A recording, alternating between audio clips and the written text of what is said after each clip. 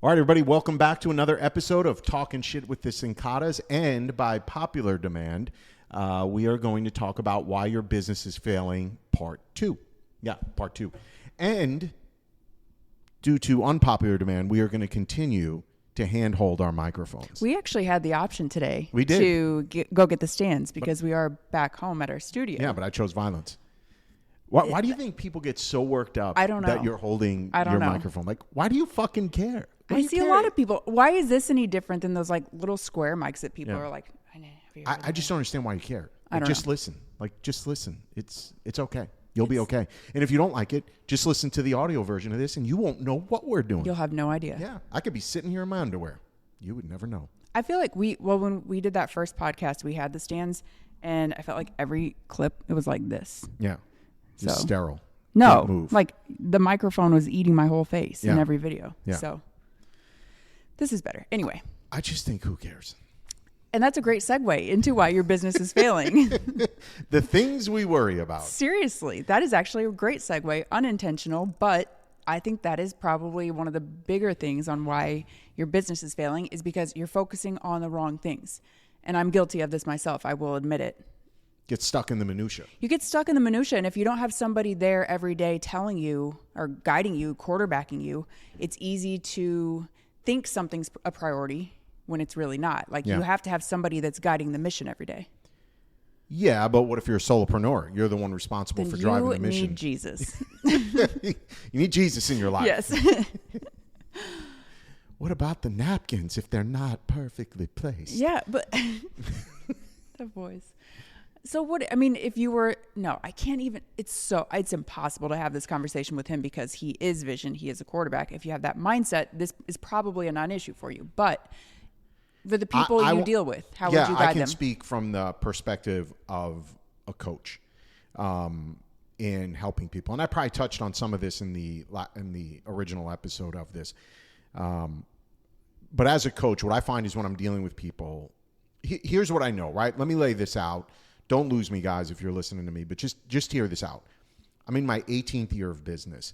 There's all sorts of statistics you can look up online and see the longevity of a business, meaning how many years a new business survives, how many survive after 2 years, 5 years, 10 years.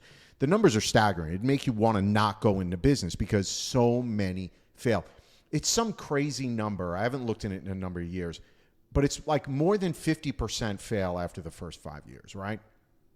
And I think it's like 80% after the first 10. I might be off on the numbers, but it's there. It's somewhere in that realm. We've been at this 18 years, right? We have been 3 times on the Inc. 5,000 fastest growing companies in America. The reason I highlight that is, it's a little bit of an attaboy pat on your back, but show me how many other photographers have made it to the Inc. 5,000 list. We'll wait for a little bit for it to come in. Probably none, right? Maybe there's like one other. I have no idea. I always hate saying none. I'm sure there's somebody who'll be like dig into the archives and be like, in 1962, John. Okay, so we've been on the Inc. 5,000 list 3 years in a row. Why does that matter? That matters because in order to be on that list, you have to have grossed over 7 figures just to qualify, okay? Then your records have to be certified by an accounting firm and by a lawyer to be on that list. We've been on there 3 times. So again, where am I going with this? After 18 years of doing this, really doing it, I get frustrated sometimes when I listen to entrepreneurs in general argue about what it takes to be successful. So you're going, hey, I need help.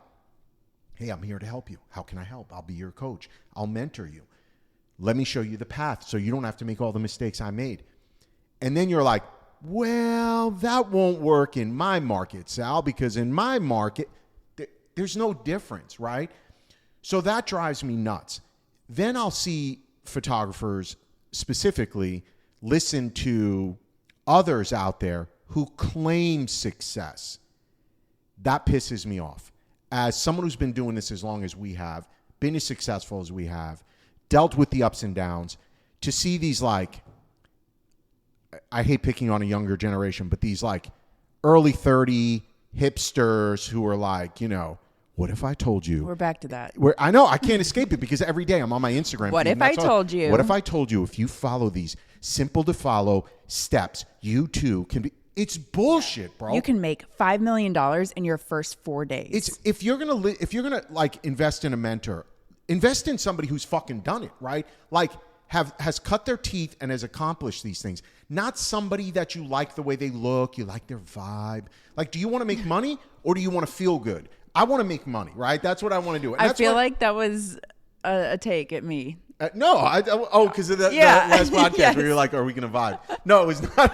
It was not a shot at you. I have not spent thousands of dollars with a mentor because I like their vibe. I like their vibe. I mean, I like your vibe. Yeah. I know that my personality, my delivery mechanism is harsh, and it rubs people the wrong way. I get it, but that's never going to change because I had to go through some shit to get to where I'm at. I come from an immigrant family.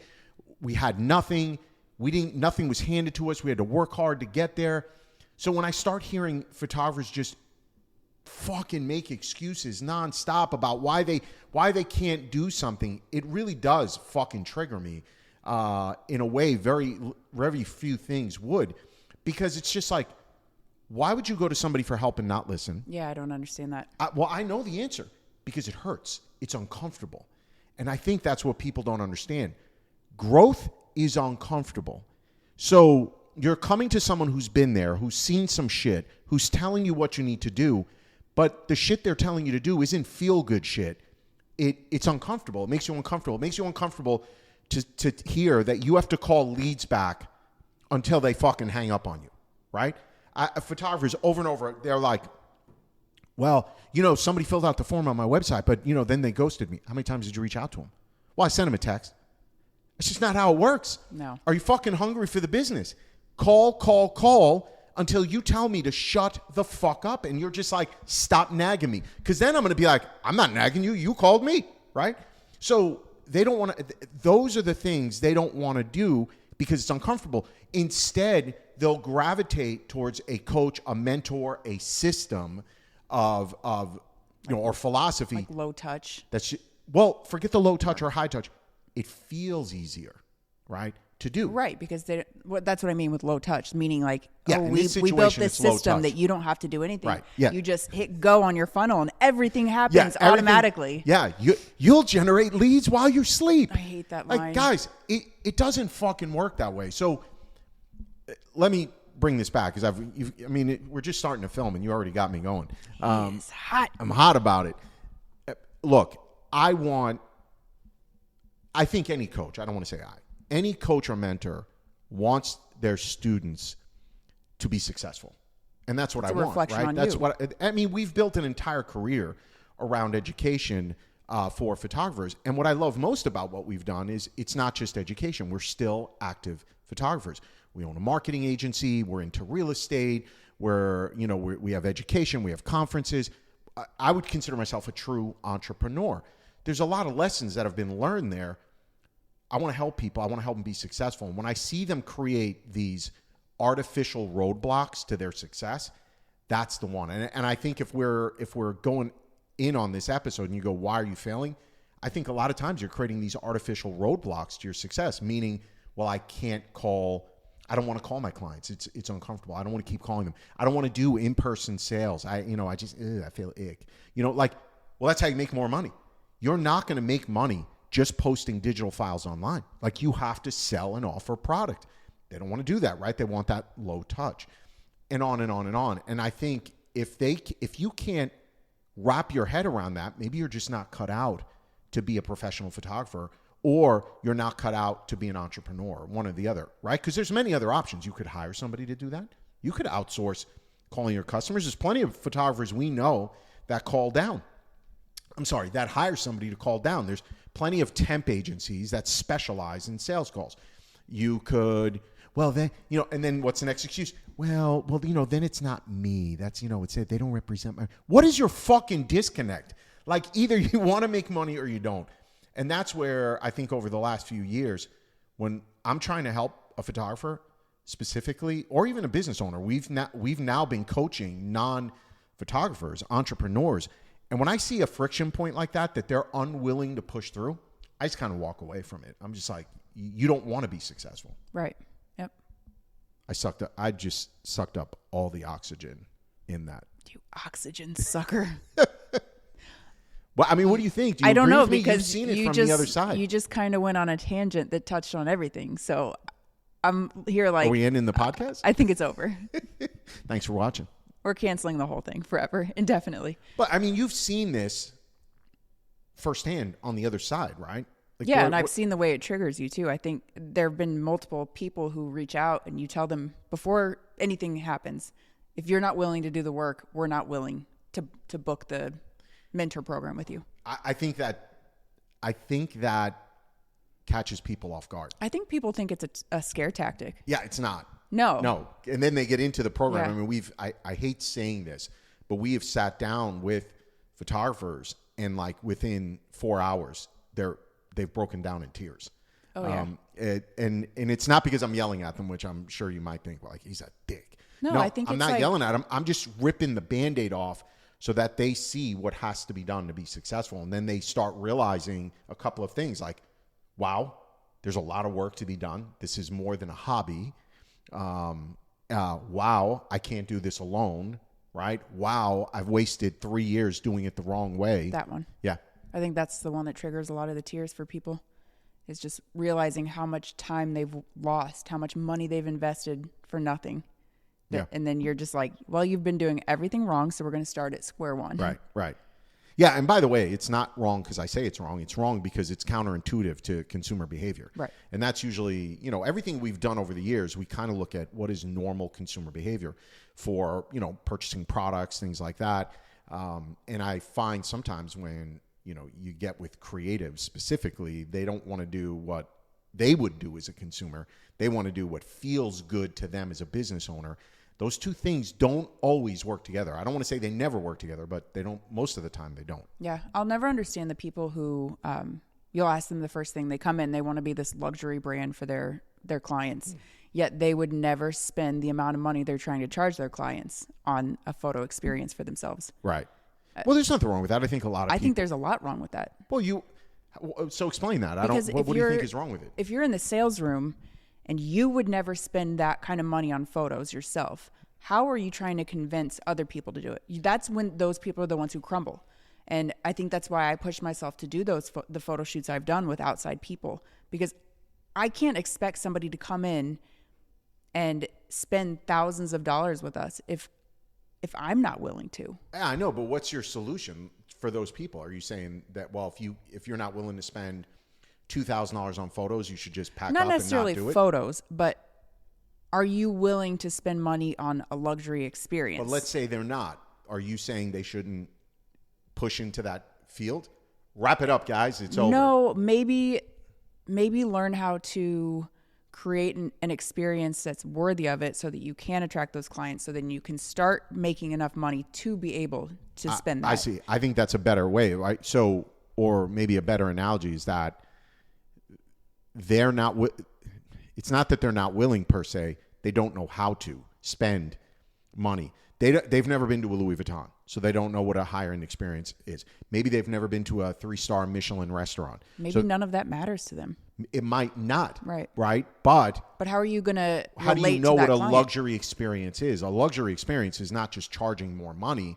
A luxury experience is all the niceties that go along with it, right? People with money have money to spend on the things that are important to them. And it doesn't matter if they're rich or not. There's plenty of people in the world who are not wealthy, but these things are a priority to them. Somebody might enjoy eating fine dining experience, but maybe they're making less than $100,000 a year, but they're willing to spend $400 on a 3-star Michelin meal. That's not, the restaurant doesn't give a shit. They're not looking at your economic background. You're going to come in, you're going to pay for your food. I think as photographers, we should be the same mindset. I don't give a shit what you can, quote unquote, afford. I don't know what your financial situation is. Only you do. We've seen photographers that will say they have no money to spend on marketing, right? Or they'll scoff at the idea of spending $20 a day on a Facebook ad. and then they're spending that on Starbucks, or they're going on 3 vacations a year, or, right? So again, you're not willing to do the things, in this case, sacrifice, to grow your business. So, and I think you keep going round and round on that circle. And I think that's, you're touching on something that I think is bigger than this whole topic. It's imposter syndrome. I think a lot of photographers, and by the way, yourself included, you refuse to acknowledge how talented you are as a photographer. And it gets in your head when you're on these photo shoots, and you get to hide behind the Salvatore Cincotta brand. But you're behind literal Salvatore Cincotta, and I love it. No, but you're incredibly talented. You're good at what you do. So imagine if you didn't have the brand to stand behind, right? You probably would never. If I didn't have the brand to stand behind, I would still be doing like $30, 30-minute sessions just for fun to have a creative outlet, and I'd still work in corporate. Right. Well, I never worked in corporate. And maybe some people, that's all they want. Yeah. But if you really want to be successful and make money, I still to this day could never do it. Promise. Not because of your talent, I can tell you that. No. Right. It's in your head. Mm-hmm. And that might be the case for a lot of photographers. They can't get out of their own way when it comes to that. And I think another part of that worth expanding on is really another excuse that you'll hear people make over and over again is, well, it masks itself in a couple of ways. No one in my market, they don't have money for that. Well, that's just not true, right? Or because they don't know what a luxury experience is, they don't even understand. They have no confidence in offering that. They don't know what to offer. Right. So for us, average portrait sales, 3,500 plus. Average wedding is over 10K. We're in cornfields here in Southern Illinois. We're not, you have St. Louis, but I'd hardly consider St. Louis like a New York and LA, stuff like that. No. How are we pulling in that kind of money? And that's what I always have to explain to people. Like, people will pay you. And that's the other thing. Sorry, I'm going off on another tangent. You hear, know your worth. Oh my God. I want to stab. And charge tax. Yeah. It's so ignorant. Those types of influencers, coaches, they're not real. Because any successful entrepreneur, yes, you might have that as a tagline, like, hey, know the value of the service you're offering, blah, blah, blah.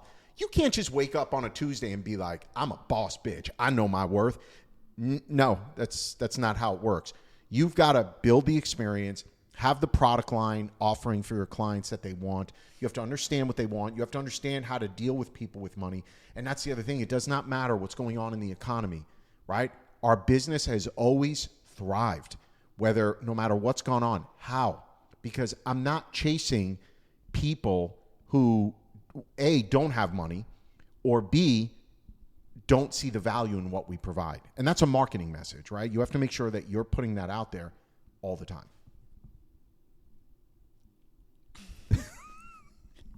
Any more tangents? It's all relative.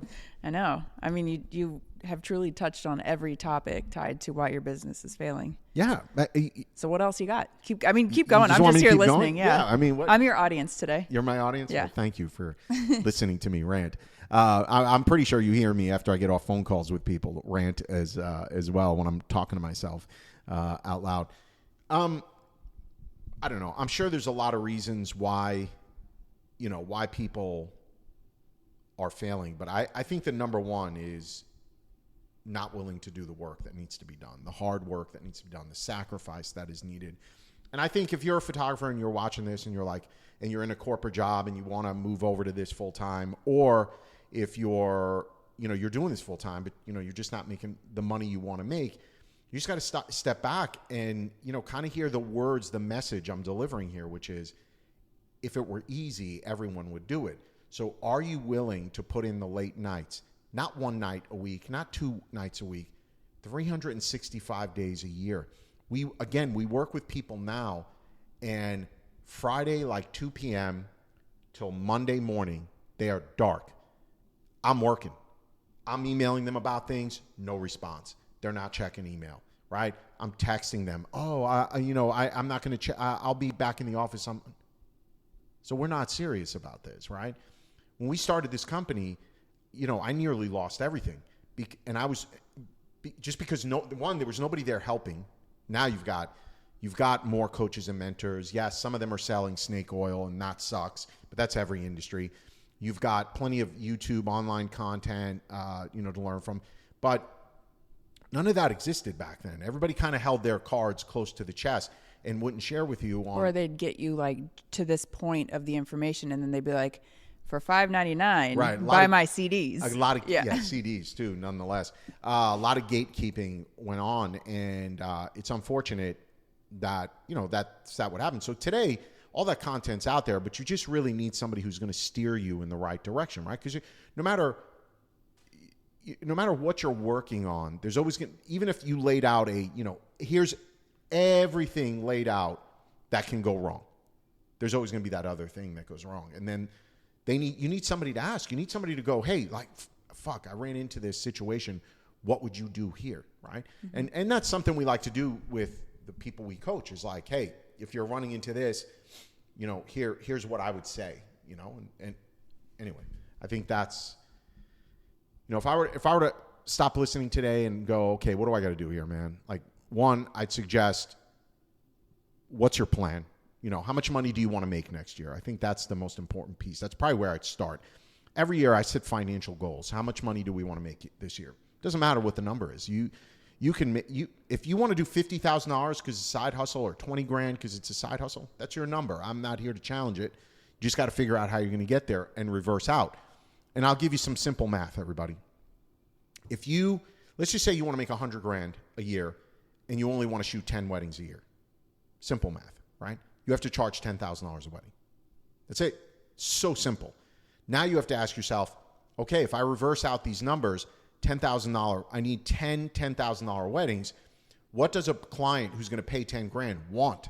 What kind of albums do they want? What kind of products, coverage, service, right? All these things. You have to be able to map that out. What's my marketing plan look like, et cetera, et cetera. Or I could say, if I want to make $100,000, that's 5, $10,000 weddings, and then that's maybe 20 $2,000 portrait sessions, whatever the math works out to be, right? And then you start really putting a business plan together, which is what ours is, right? We have commercial clients, we have weddings we shoot, we have high school seniors, we have families we shoot, and we can look at a breakdown and go, yeah, we want 30 families a year at $4,000. We want. Does it always work out that way? Of course not, right? No, things change all the time, but right. You have to adjust. And you hit on something that's perfect. It's a plan. You put a plan together. Why people are failing is because they refuse to stick to a plan. Well, yes, execute against that plan. Yeah, or like it gets a little tough and they're just like, no, I got to change everything. Yeah. Like you can tweak along the way. That's perfectly normal. Like, let's say you got this huge job that you weren't expecting. Maybe you don't have to shoot as many portrait sessions now, right. Or maybe your $100,000 goal changes to $200,000 because of it. Midstream happens all the time. Yeah, I think as I've gotten older, I've reflected more on like, okay, why have we been able to be so successful compared to our peers, right? Again, over 18 years of doing this, I've watched educators come and go. I've watched photographers come and go. They come in, they're like, I'm going to do this. And then, 4 years later, they're back in corporate, whatever the case may be. So I've become a little more reflective as I get a little older. I'm sure that's normal for people. And it just comes down to one word. And I really do believe this is it. I don't think I'm smarter than everybody else. I don't think I'm the best photographer in the world. I don't think I know it all about everything. What I do know, though, is that we execute better than the average person, and that's it. And when I look at the customers who hire us, I'm talking about like commercial clients and agency work that we get, weddings, blah blah blah. What they love most about us working with us is, we're bulls in a china shop. We're going to get the job done. We do the things we say we're going to do when we say we're going to do them, right? If we fuck something up, we own that fuck up. We don't try to make excuses and blame the world for what's going wrong. And I think that's all of those things are kind of lost arts to being successful in business. If you're a business owner, you shouldn't believe that you're never going to make a mistake. You're never going to fuck up. I mean, throughout the years, whether it's every business we have owned, our Salvatore Cincottas Photography, Shutterfest, our agency work, I've made countless mistakes, countless fuck ups that I've had to go back and be like, nope, you're right. We fucked that up. And I think a lot of people don't even know how to deal with that, because the assumption might be because I'm so aggressive in what I'm doing that, well, he'll never admit he's wrong. And then when I'm like, yep, that's us, we fucked up, they're like, oh, okay. Yeah. Just own it and fucking move on. Right. So the reality is, and it kind of goes back to the very beginning, is we could never do what we do and be as successful and execute as quickly as we do without the team we have around us. Oh, of course. So how do you guide somebody who doesn't have a team? I mean, is it realistic to think that they can have all these different wings of business that you have right now? No, you can't do that with one person. I could never do it without the team we have. What about outsourcing? Well, that's the solution, right? You would outsource that. You can have a team without it being employees. It's a virtual team. That's easier now than it has ever been. If one good thing came from COVID, it's that. Mm-hmm. Because this whole virtual workforce it's now normal now. It's been normalized. Whereas when I started out, that didn't exist. If you wanted virtual work, that meant it was going to India. And even then, India was really very specific in what they were able to handle, right? Whether my life in corporate America or, when I had a post-production company, we had staff in India. It was call center work. It was, right? That was like a big part of what they do. But now, a lot of that stuff can be U.S.-based or Australia-based, right? English-speaking countries. And a lot of times you don't even realize, you don't know where your phone call's at in the world. You have no idea. So if you want to be successful and you're like, the biggest problem I have is scalability, that's how you do it. You bring in some of that temp help, right? If you don't want to do in-person sales, there are people out there who will do your in-person sales, obviously via a virtual environment, Zoom calls, or you could hire somebody who is full-time and maybe you're paying them a salary plus commission to only handle your sales, right? There's so many ways to scale your business if you're a one-man, woman operation. I just don't think that's an excuse anymore. Yeah. Can we go back to imposter syndrome? Yeah. Because I think that is probably one of the biggest things photographers specifically struggle with. So how do you combat it? Don't talk to me. I'm going to talk to you. This is your turn. You suffer. You've never had imposter syndrome. That's fucked up, man. No. What's it like being you? No, I think you have it the wrong way. I think anybody listening to this would misinterpret why I say no. Sometimes I think I'm just too stupid to realize I can fail at something. Like truly, I'm just oblivious to it. And I would say the average person's mindset is sometimes I think I might be successful, maybe. Yeah, But usually it's not going to work. I played sports probably for as long back as I can remember in my life. Always playing sports, baseball, football, tennis. I tried to play semi-pro tennis.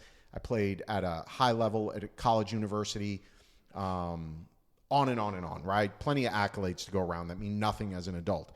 But what I did get from that is a very competitive mentality towards everything we do, right? And I did the same though. Well, and I have the same competitive mindset, but I think I'm confident because I have you by my side. Well, there's nothing wrong with that. No, and that's why in the sales room, it's so easy to sell. I don't feel like I'm selling because I'm not selling my work. I'm selling your work. Right. So I'm not being vulnerable at all. You're not what? Being vulnerable at all. Right, because if they say no, they're not saying no to your I'm work. like, cool. Sounds but being good. vulnerable and being an imposter syndrome. Yeah, imposter syndrome. Are two different things. I don't think so. They have to be. No, you're putting yourself out there. That's making yourself vulnerable. You're putting yourself in a position. You're vulnerable. I get it, but that's got nothing to do with imposter syndrome. Imposter syndrome to me means you don't feel like you're worthy of your prices. You're not worthy of the money you're being paid. What does imposter syndrome mean to you? For me, it's the fear of even putting myself out there for somebody to be like, oh, ooh. You know? She's charging how That's much? cute. Yeah. Thanks. That's what I'm saying. Like My 13-year-old could take better pictures. That's what I'm saying. That's what it means to me. Yeah. I mean, look, I don't have advice for it. And I'm not sitting here being like, I'm King Kong. Like it's just, again, I think sometimes I'm just too stupid to realize that I can fall and get hurt. Right? Do you think people can push past it and overcome something like that? Yeah, I think you build confidence over time. Like, you get out there, you try it one time, you're going to feel uncomfortable. You're going to be worried about failing. Maybe you got a big... Here's a perfect case in point. Anybody who's ever had to speak in front of a large group, for the most part, gets nervous, right, beforehand. That could be a little bit of imposter syndrome, right? To this day, I still get nervous before I go on stage at Shutterfest. I get nervous, right? Every single time. We're going into our 12th year of doing it, something like that, and I still get nervous. Why? Why do I get nervous? Right? Just, one, because I probably care about it, things like that. But I always wonder when I go on that stage, is this my last time here? Right? And is this the last time I'm going to have something relevant to add to the audience, right? The average lifespan of an educator in the photo industry used to be like 3 years, 4 years max. It's crazy. Right? And here we are all these years later. So I always wonder, like, is this the year where I fall flat? So I get nervous. I get anxious about it. And I think that response is probably normal. So now just think about that. You're speaking for the first time. You're going to be nervous. You're nervous because you care. You're nervous because you don't want to fail. You're nervous because you wonder, am I good enough? Are they going to listen to what I have to say? Do they care about what I have to say? And then you go again, you get a little more confident. You go again, you get a little more confident, right? And it goes from there. And I think that's the only way to push past it, is to put yourself out there and risk it all. Yeah. And when you risk it all, the fear of failure is what motivates me. I don't want to fail.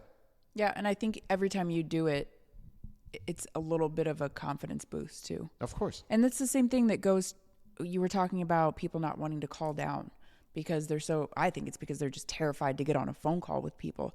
But if you just do it, you realize it's not that bad. Right. And you get more and more confident. Yeah. And then you realize it's actually so much easier to just pick up the phone and call somebody. And then that just becomes the norm for you. Well, and then when money starts coming in, that's your positive reinforcement. Right. Like, holy shit, this works. Yep. Right.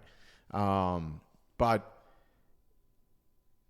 yeah, I think I can see how that's paralyzing for people to not move forward because, you're afraid of failure. And I get it.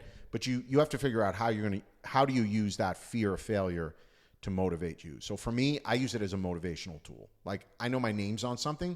I don't want to fail at this. I'll give you a perfect case in point. Well, Roberto Valenzuela, he had a conference, what was it? Photo creators. Yep. In Arizona. And he's had it for a number of years. Roberto and I have been friends. Gosh, it's got to be well over 10 years. I think Berto and I have probably been friends 14 years at this point, something like that. And he's never invited me to that conference, right? Because the other people in Roberto's circle can't stand me, and which is fine. I don't give a fuck. But it's always made him keep me hands off with there. And I never put pressure on him to bring me there because I don't think that's being a good friend. I understood where he was coming from, and I wasn't going to break his balls to bring me there. So he invited us this year, and in my head, I was like, I'm not going to fail, right? I'm going to deliver the best experience for his attendees that I could possibly deliver as a photography educator. That's what I'm going to go there. And that was my mindset so I used that fear of failure, right? Because if I failed him, all those little crickets chirping in his ear, right? They're going to be like, told you so, right. Told you so. He sucks. Told you so. Whatever they say, right? Because they're fucking idiots. Fuck them all. So he brings me out there, and I just, boom, I give him everything I got, right? Now, I could feel like I did the best job in the world. It doesn't matter. What do the attendees feel? What does Roberto feel? And when that was over, Roberto brought me to the side, and he was like, holy shit. People have not stopped talking about your classes, and what you delivered. And I love what Berto said. He goes, I go, I think I asked him, I go, how did it go? How's the feedback? He goes, in Roberto's accent, which I love and I won't mimic right now. He goes, there's good feedback and there's whatever the fuck you did, and that's how he said it.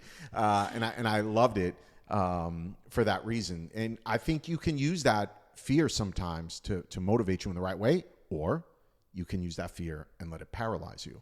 And I think that's part of the key as well, because running a 7-figure business is hard, period. Not only are you trying to right? Because you probably have employees, you probably have people you have to pay, you probably have a mortgage payment, blah, blah, blah, right? You got all these things. Those are responsibilities always weighing on my head every single day. I got to worry about that. I got to worry about, not losing my house, not losing my cars, not being able to pay my employees. Just, these are all the things you got to worry about. And then somewhere in there, I got to be creative. Okay. So that fear motivates me on a daily basis. Some people might go, that's way too much pressure. I just want to take pictures every day. That's totally cool. You probably shouldn't be a business owner. And I don't say that to be an asshole. I just say it from the reality of running a studio for 18 years now, that if you can't handle that pressure, you probably shouldn't be in business. Be a photographer. Enjoy it. Enjoy it as a side hustle. It's great. A lot less pressure. Yes. I think we have to wrap this. Okay. You did a great episode. Did I do a great episode? Well, this was awesome. Thank you. I'm glad I could be a part of this. You know what? Next episode, I'm not going to say a word. No, that's stupid. Yeah, we got to give you balance, man. We got to let you. People want to hear. No, they don't. From Alissa Cincottas. On this episode specifically, I feel like the people wanted to hear from you. Yeah. Yeah. All right. Well, so hopefully they like what they hear. I just took it all in. Yeah. Oh, thank you. That was good. It's good. It made me think back on all the people you've made cry over the years. Thank you. Great. That'll be the comments. He's a bully. No, you don't make them cry because you're a bully. You make them cry because you force them to acknowledge how difficult it is to run a business. Look, again, if you've played sports at all in your life, you need that coach who is in your ass, who's going to hold you accountable, who's not going to fucking tell you about butterflies and unicorns, who's going to fucking get in your ass when shit isn't being done right. I think we all need that. Right. And, and not everybody's motivated that way. Some people just want to hug. Well, I'm not your guy. No, and what's fun? I think our industry is so drastically split into two different worlds. You've got the world of like feel good and get on stage and cry and talk about your feelings, and then you've got you. Yeah. The ass kicking. And I am always amazed at how female heavy we are. Yeah. For your audience of women who really just want the truth. I love that. Yeah. I love that for us, really, because a lot of people don't realize the demographics of our audience, which are, somewhere in the neighborhood of 58% female. Yep. Right. So let's just round it up to 60. So 60% of our audience are female. And I fucking love it because, one, I grew up as, with a mom, right? I know we all had moms, but I didn't have a father in the home, right? My mother is the one who raised me. So I'm very close with my mother, but she wasn't going to raise a mama's boy, right? She kicked my ass. You're kind of a mama's boy. Yeah. Well, she would like to think you are a mama's boy. Well, I can agree. I'll always protect mama's seat. Yes. But no, she raised me. Everything we went through together. So anyway, but you don't see that kind of like, oh no, there was no pitying. Oh, you were busy and you had a fever. Yeah, no coddling whatsoever, right? I'm like, you had a fever? Okay. So you should have been fucking working out of bed, right? Like, what do you that's more of my mindset, because I do that for me. This isn't something. When you have a fever, you think you sit in bed and work? This podcast needs to end.